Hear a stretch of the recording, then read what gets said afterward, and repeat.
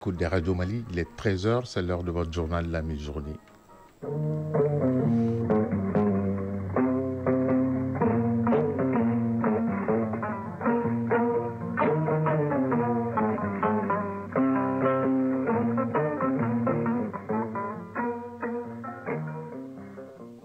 Le journal, Ousmane Daou. Mesdames et messieurs, bonjour. À la une de ce 13h, Bamako est depuis ce matin la capitale du marché des innovations des technologies agricoles. Il s'agit de mettre la technologie au service du développement agricole. Le thème est la gestion intégrée de la fertilité des sols. À Tombouctou, dans la cité des 333 Saints, les femmes encore plus proches des populations avec des actions civilo-militaires, remises de vivres, des consultations gratuites, mais pas que, les femmes ont aussi interpellé des présumés terroristes à Tonka, Kouya et Rabébé. Du Mali, le président sénégalais Bassirou Diomaye Diakhar Faye et celui du Rwanda Paul Kagame mettent à la main pour booster la coopération entre les deux pays. En France, l'ancien président Nicolas Sarkozy dormira demain à la prison de la Santé après sa condamnation à 5 ans de prison pour association de malfaiteurs dans le financement libyen de sa campagne de 2007. Pendant ce temps, la Bolivie s'est réveillée ce lundi avec un nouveau président, Rodrigo Paz, qui devance Jorge Tuto au second tour de la présidentielle. En sport, football, week-end faste pour les clubs maliens dans les compétitions africaines des clubs en Ligue des Champions. Match nul, un but partout du stade malien de Bamako en Mauritanie face au FC Nouadhibou et victoire 1-0 en Coupe CAF face à l'USFA du Burkina Faso du Doliba AC. Les juniors marocains sur le toit du monde 16 ans après le Ghana, première nation africaine à remporter la Coupe du monde junior. Et puis balle au panier, le centre de référence de basketball de Tombouctou dans le top 16 de la zone ouest. En taekwondo, le Mali sera à la Coupe du monde en Chine, la seule discipline où le Mali est double champion du monde avec Daba Modibo Keïta. Voilà le sommaire dans un instant, les détails. Lundi 20 octobre 2025, mesdames et messieurs, bonjour. Merci d'avoir choisi Radio Mali pour vous informer. Bienvenue. Le 5e marché des innovations et des technologies agricoles, MITA, s'est ouvert ce matin à Bamako. Une idée du Conseil Ouest et du Centre africain pour la recherche et le développement agricole, CORAF. Le CORAF travaille dans 23 pays de l'Afrique de l'Ouest et du Centre pour faciliter les échanges d'innovations et de technologies agricoles. Pour le bien fondé de ce marché, écoutons Dr Moumouni Savadogo, directeur exécutif du CORAF, au micro de Youssouf Diakité. C'est l'innovation qui est le moteur du développement durable. Et il faut que cette innovation soit pertinente. Ça veut dire qu'elle vient répondre à un besoin précis. Et une fois qu'elle est pertinente, il faut aussi qu'elle soit effectivement utilisée. Donc que les conditions nécessaires à son utilisation soient mises en place et que effectivement cette innovation soit utilisée. En ce moment-là, vous investissez $1, vous récupérez au moins $10 là-dessus. Et ça vaut la peine. Et c'est ce qu'il faut pour nos pays dans le domaine agricole. Faire en sorte que nous continuions à innover, des innovations qui sont pertinentes et que nous créons au plan politique aussi l'environnement nécessaire pour que ces innovations soient effectivement utilisées. Et cela va continuer à déclencher le développement durable dans nos pays. Et le MITA concerne exactement cela. Il s'agit d'un marché des innovations et des technologies agricoles. Et c'est un marché où on vient commercialiser les innovations les plus récentes en matière de production agricole dans son ensemble. La thématique pour cette année, pour ce MITA, c'est la gestion intégrée de la fertilité des sols, au regard donc de l'importance de dégradation de la terre. Et donc, cette année, nous nous concentrons sur cela et nous aurons donc plusieurs types de technologies qui vont être présentées. Par exemple, ce qu'on appelle les biostimulants qui permettent de pouvoir accroître l'efficience de l'utilisation des éléments nutritifs du sol. Le MITA donc est une facilitation. Et en tant que CORAF, qui est le Conseil Ouest et Centrafricain pour la recherche et le développement agricole, nous travaillons sur les 23 pays de l'Afrique de l'Ouest et du Centre en faisant en sorte que nous puissions coordonner la recherche, renforcer les capacités et permettre que les systèmes nationaux de recherche agricole puissent continuer à innover de manière efficace, mais aussi faciliter la circulation de toutes ces innovations dans l'espace Afrique de l'Ouest et du Centre. Radio Mali à Tombouctou et environ 99,9 MHz en FM. Et il est 13h06 dans la cité mystérieuse où l'armée est toujours au service du peuple avec des actions civilo-militaires et c'est le commandement de la zone de défense numéro 5 qui a lancé cette opération appelée Tassiga dans le cercle de Tonka. Cette mission vise deux objectifs, sécuriser les populations et leur apporter une assistance alimentaire et médicale. La mission a distribué une importante quantité de riz et consulté une centaine de personnes à Tonka, Kochia et Rabédé. Mais pas que, les femmes ont aussi interpellé plusieurs présumés terroristes. Najim Baba Sissé nous en dit plus. Le commandement de la zone de défense numéro 5 a mené une vaste opération dans la zone de Tonka du 6 au 13 octobre. Cette mission dirigée par le commandant Sambou Koulibaly avait pour objectif non seulement de sécuriser la zone, mais aussi de renforcer les liens de confiance entre les forces armées maliennes et les populations locales. Cela s'est traduit par la remise d'importantes quantités de vivres composé essentiellement du riz, un geste salué par les bénéficiaires. Ces vivres que vous nous remettez nous réjouissent beaucoup. Que Dieu vous récompense. Cette remise a été suivie d'assistance médicale aux populations de Tonka, de Kochia et de Rabébé au centre de santé communautaire de Tonka. Une action qui donne le sourire à la fois aux usagers, mais aussi aux responsables de la structure comblés par cette action des femmes. Nous sommes très contents de l'arrivée des femmes à Tonka. Les consultations se sont bien déroulées. Cela a trouvé beaucoup de personnes étaient malades. Elles n'avaient rien et étaient dans le besoin. Docteur Bourema Djibo, directeur technique du CESCOM de Tonka.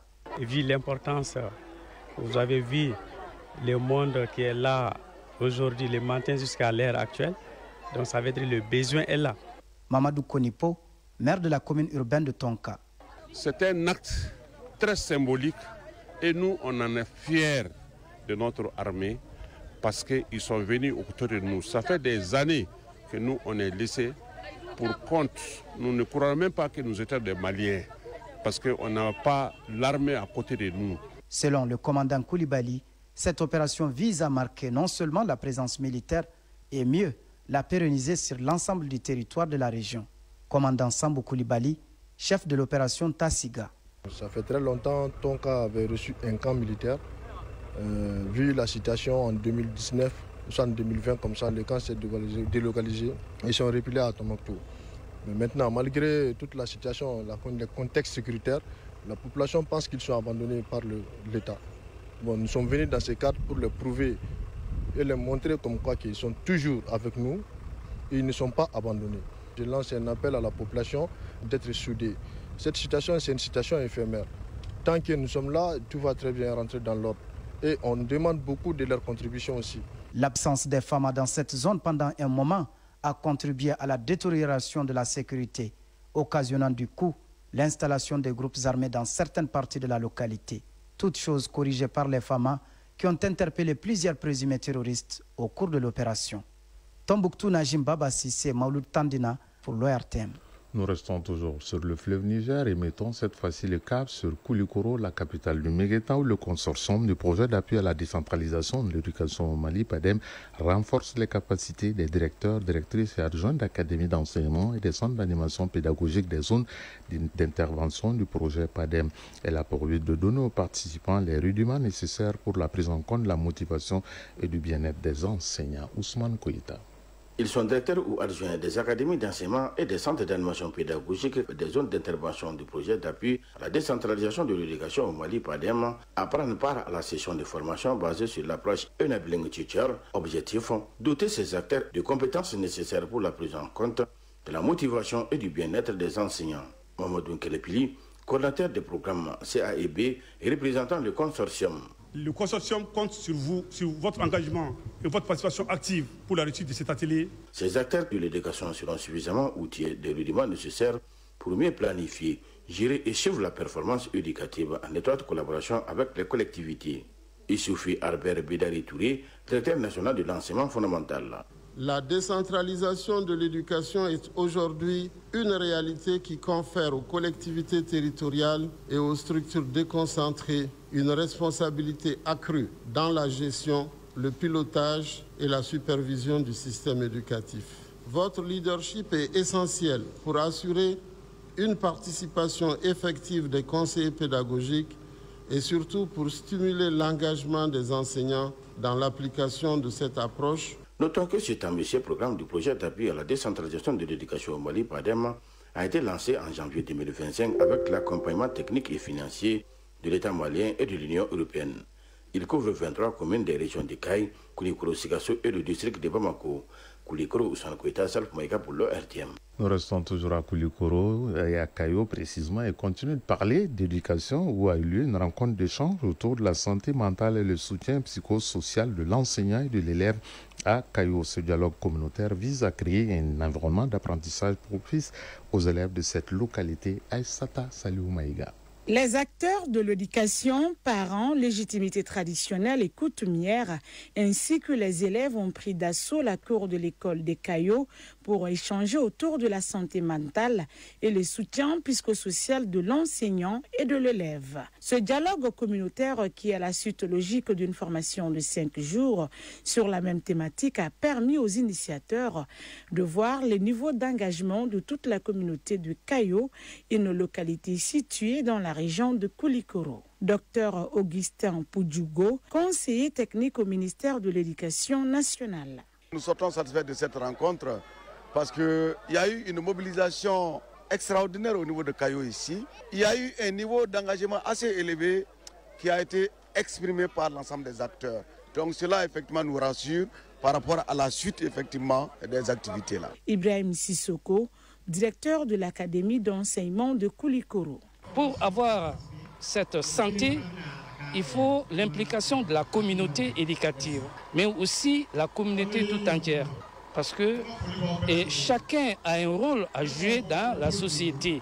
Des messages forts comme la solidarité, la cohésion sociale, la paix à travers des sketchs ont été véhiculés en vue d'une meilleure implication de toute la communauté de Cayo pour une sortie de crise. En marge de ce rendez-vous du donner et du recevoir, le ministère en charge de l'Éducation nationale, en collaboration avec ses partenaires, a offert des matériels d'assainissement à 3 groupes scolaires de l'école fondamentale de Cayo pour permettre à ces derniers de créer un environnement d'apprentissage propice aux élèves. 13h13, actualité hors du Mali. Au Sénégal, le président Bassirou Diomaye Faye a effectué une visite d'État au Rwanda pour renforcer les relations bilatérales entre Dakar et Kigali. Des accords de coopération ont été signés entre Bassirou Diomaye Diakhar Faye et Paul Kagame, notamment dans les secteurs de l'agriculture, de la santé, de la gouvernance, des services correctionnels et de l'exception des visas entre les deux pays. Au Kenya, l'ancien premier ministre et opposant historique Raila Odinga a été inhumé hier à Sia après 4 jours d'hommages nationaux. Il repose désormais aux côtés de son père Jaramogi Oginga Odinga, héros de l'indépendance et premier vice-président du Kenya. La cérémonie solennelle a été marquée par des honneurs militaires dont une salve de 17 coups de canon. En France, l'ancien président de la République Nicolas Sarkozy sera incarcéré demain à la prison de la Santé à Paris. Il a été condamné à 5 ans de prison pour association des malfaiteurs dans l'affaire du financement libyen de sa campagne de 2007. Il sera placé à l'isolement dans une cellule individuelle et ne sera en contact avec aucun autre détenu en prison et surveillé en permanence par 2 gardiens pour ses heures de promenade, de sport ou de lecture dans la prison. En Bolivie, le sénateur du centre droit Rodrigo Paz remporte le second tour de l'élection présidentielle. Selon les résultats officiels provisoires annoncés par le tribunal suprême électoral, il devance son rival de droite, Jorge Tuto, surnommé Kuro Gaki. Au Moyen-Orient, malgré le cessez-le-feu, des dizaines de frappes ont été menées hier par l'armée israélienne contre l'enclave palestinienne de Gaza en réponse aux violations du Hamas selon Israël. Le mouvement palestinien, qui a démenti avoir attaqué des positions d'Israël, a annoncé un bilan d'au moins 45 morts. Israël a aussi attaqué le Yémen et tué un haut responsable Houthi.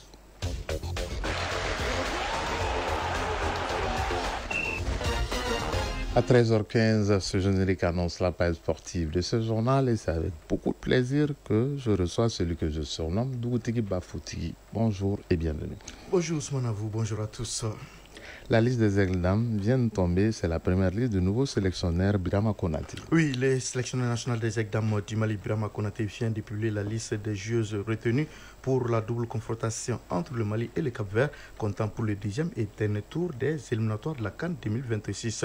Sur les 21 joueuses sélectionnées figurent des gardiens de but, 6 défenseuses, 6 milieux de terrain et 7 attaquantes. Les gardiens de but sont Fatmata Karantao et Mariam Kamara, toutes deux de l'ISWAS. L'on retrouve au niveau de la défense Klouba Sogore, Kane Conte, Fatou Dambélé, Maïmouna Traoré, Bintou Guindo et Aïcha Samake. Le milieu de terrain sera occupé par Yakare Nyakate, Saratou Traoré, Bintou Kouité, Kouroutoumou Keita, Koumba Dambélé et Kadiatou Diabaté. L'attaque sera confiée à Fatmata Diarra, Djamako Traoré, Oumkone, Salmata Diarra, Aguissa Diarra, Aïcha Traoré et Nuntene Traoré. Le match aller est prévu ce vendredi au Stade national de Praia à 16h temps universel et le match retour aura lieu le mardi. Le match et retour aura lieu mardi le 28 octobre au stade du 26 mars de Irimadio à partir de 17h. L'équipe s'envole d'ailleurs demain pour Praia. Son départ est prévu pour 9h. D'ici là, toujours dans les compétitions, la CAF, week-end à prendre pour les clubs maliens. En Ligue des Champions, le stade malien Bamako en déplacement a accroché le FC Nouadhibou de la Mauritanie, un but partout. Oui, un nul frustrant pour le stade malien de Bamako qui s'est vu voler sa victoire par le quatuor arbitral gambien dirigé par Lamine Djamé, coupable d'un arbitrage à gage en accordant au FC Nouadhibou un but qui n'en est pas un, pourtant attribué à notre compatriote Cartier Damélé, ancien du stade malien de Bamako et de l'AS Bakardian et Barawili, à la réception d'un coup franc à la 85e minute de jeu. La reprise de Cartier Damélé au deuxième poteau n'est pas cadrée. Un joueur est même allé ramasser les ballons derrière la cage du stade malien de Bamako, mais l'arbitre gambien a étrangement vu le but sans ballon dans les filets. Un but imaginaire qui aura tout de même permis au FC Nouadhibou de rattraper au score le stade malien de Bamako qui menait depuis la 40e minute de jeu, qui menait donc au score depuis la 40e minute de jeu grâce à Ousmane Koulibaly Kalaba à la réception des centres déviés. Avec ce nul, le stade malien de Bamako préserve ses chances de qualification le week-end prochain ici à Bamako au stade du 26 mars de Irimadio. Plusieurs autres rencontres étaient au programme de ce deuxième tour préliminaire à la Ligue des champions d'Afrique CAF hier. Alors, Colombe sportive du Cameroun et Mourdia Club d'Alger ont fait match nul un but partout. Le FC Saint-Éloi Lupopo de la RDC a dominé Orlando Pirates d'Afrique du Sud 3-0. Singizini Hotspur d'Eswatini s'est incliné devant Simba et c'est de Tanzanie 3-0. Remo Star du Nigeria s'est incliné devant Mamelodi Sundowns d'Afrique du Sud de 5-1. Alors, Oria AC de Guinée et AS FAR de Rabat se sont neutralisés un but partout. C'était ici à Bamako. En tout cas, ce qu'il faut retenir, c'est que ce match FC Nouadhibou Stade malien sera inscrit dans les annales de l'insolite du jour de Sragatou Cissé le mardi à 7h. Je crois que c'est déjà une très bonne insolite pour Sragatou Cissé de demain. Parce qu'en réalité, moi, c'est ma première fois de voir ça en football. C'est vrai, par le passé, j'ai l'habitude de voir quand même des big gars comme ça, les ballons qui rentrent derrière dans le filet. Mais cette fois-ci, les ballons n'est même pas rentrés dans le filet. Mais l'arbitre a vu le but, ah ben vraiment, c'est grossier. Et c'est l'Afrique. Et on va continuer avec la Coupe de la Confédération. Victoire du Djoliba, 1-0 face à l'Issoire du Burkina Faso. Oui, bonne opération pour le Djoliba qui frappe un coup à l'extérieur en match aller du deuxième et dernier tour préliminaire de la Coupe de la Confédération. Hier, les Rouges ont battu l'Issoire du Burkina Faso par le score d'1-0, but marqué à la 85e minute de jeu par Kader Almer à la réception d'une remise suite à un coup franc de Rai Cissé. Cette victoire permettra au Djoliba AC d'envisager la manche retour avec beaucoup plus de sérénité le week-end prochain ici à Bamako au stade Mouadou Konaté. Plusieurs autres rencontres étaient au programme de ce deuxième tour préliminaire à l'aide de la Coupe CAF hier. Le Afia de Guinée et le Serbelista d'Algérie ont fait match nul un but partout. Académie Football Amadou Diallo à FAT de Côte d'Ivoire a gagné contre l'USM d'Alger 1-0. Ashanti Kotoko du Ghana a perdu contre Wydad AC du Maroc 1-0. Flambeau du centre de Burundi et Seguida Black Star de Tanzanie se sont tenus en échec un but partout. Nairobi United du Kenya a dominé l'Étoile Sahel de Tunisie 2-0. Ferroviaro de Maputo au Mozambique a perdu contre l'AS Otoyo Doyo du Congo-Brazzaville 1-0.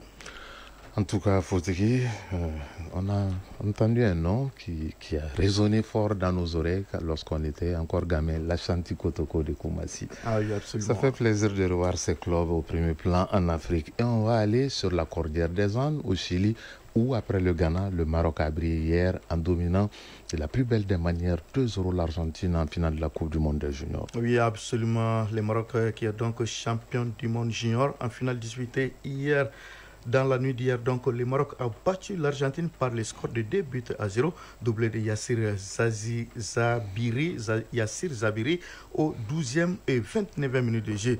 Le Maroc succède ainsi à l'Uruguay aux dépens de l'Argentine, pays le plus titré de la compétition, avec 6 sacres remportés en 1979, 1995, 1997, 2001, 2005 et 2007 et devient du coup la deuxième nation africaine à remporter la Coupe du Monde U20 après le Ghana en 2009. Alors, en match de classement dans la nuit de samedi, la Colombie a battu la France par le score d'1-0. Pour 79, on retient Diego Armando Maradona. Pour 2005, on retient Léo Messi pour l'Argentine. Vous avez parlé tout à l'heure d'arbitrage. Dans ce match aussi, l'arbitrage était quasiment à sens unique puisque dans cette rencontre, sur le premier but marocain, l'Argentin, le gardien, méritait non seulement un carton rouge et c'était un penalty, malgré tout, le Maroc a marqué sur ce coup franc. Oui, absolument. Coup franc très magnifique de ces garçons yassirin. On va enchaîner avec la balle au panier où le centre de référence de Tombouctou est dans le top 7 de la zone ouest. Oui, Al-Ali Benghazi de Libye et le CRBT du Mali, respectivement, premier et deuxième de la poule A, de la zone ouest de la balle. Bamako 2025 s'est qualifié pour le top 16 de la zone ouest de la Basketball Africa League au compte de la troisième et dernière journée du tournoi hier dans la salle Abdallah Maman Aïdra du stade du 26 mars de Irimadio. Le CRBT, centre de référence de basketball de Tombouctou, a battu le centre fédéral de la Guinée par le score de 74-51. Grâce à ce succès, son deuxième en 3 sorties dans la compétition, le CRBT valide son ticket pour l'élite 16 de la balle en s'emparant de la deuxième place derrière Al-Ali Benghazi de la Libye, déjà qualifié pour le top 16 de la zone ouest. Bien avant cette dernière journée, le club libyen a dominé hier l'AS Douanes du Burkina Faso par le score de 86-71 avec un bilan de 3 victoires en 3 matchs. Al-Ali Benghazi fait ainsi honneur à son statut de favori aux dépens des clubs comme l'AS Douanes du Burkina Faso qui n'a pas fait mieux que la figuration dans ces tournois avec 3 défaites en 3 matchs. On termine sur le tatami pour votre discipline phare, le taekwondo, puisque vous êtes un taekwondo-in, oui, je ne trahis pas de secret. Eh bien, l'équipe nationale du Mali a quitté Bamako pour la Chine. Hier, elle prendra part au championnat du monde 2025. C'est la seule discipline où le Mali est double champion du monde avec Daba Modibo Keïta. Absolument, et on y va avec beaucoup d'espoir. Le Mali participe donc au championnat du monde de taekwondo qui se déroulera à Wumzi en Chine. Du 24 au 30 octobre prochain, la délégation malienne composée de 9 membres, dont 3 officiels et 6 athlètes, s'est envolée hier pour Wuzin en Chine. Mais avant son départ, elle a reçu le drapeau national des mains du ministre de la Jeunesse et des Sports, chargé de l'instruction civique et de la construction citoyenne. Abdul Kassim Ibrahim Fomba. C'était au cours d'une cérémonie déroulée vendredi à l'avant-veille de son départ. Alors, on va juste rappeler, en 2007 et 2009, le Mali a donc été champion du monde de taekwondo grâce au géant Daba Modibo Keïta. À 13h passées de 24 minutes à Dramane, Samégar et Logo Kakulu, tout comme à Kona, mon petit, c'est la fin de ce journal, mais pas la fin des tâches professionnelles de Fotigi Tunkara, ici à l'ORTM pour ce lundi, puisqu'il va continuer avec l'émission sportive Score aux alentours de 21h30 sur ORTM 1. Là, on parle de télé, mais le rendez-vous sport, c'est à 21h avec Mondial Sport sur Radio Mali. Merci à vous. Merci à vous aussi. Ce journal vous a été présenté par Ousmane Daou.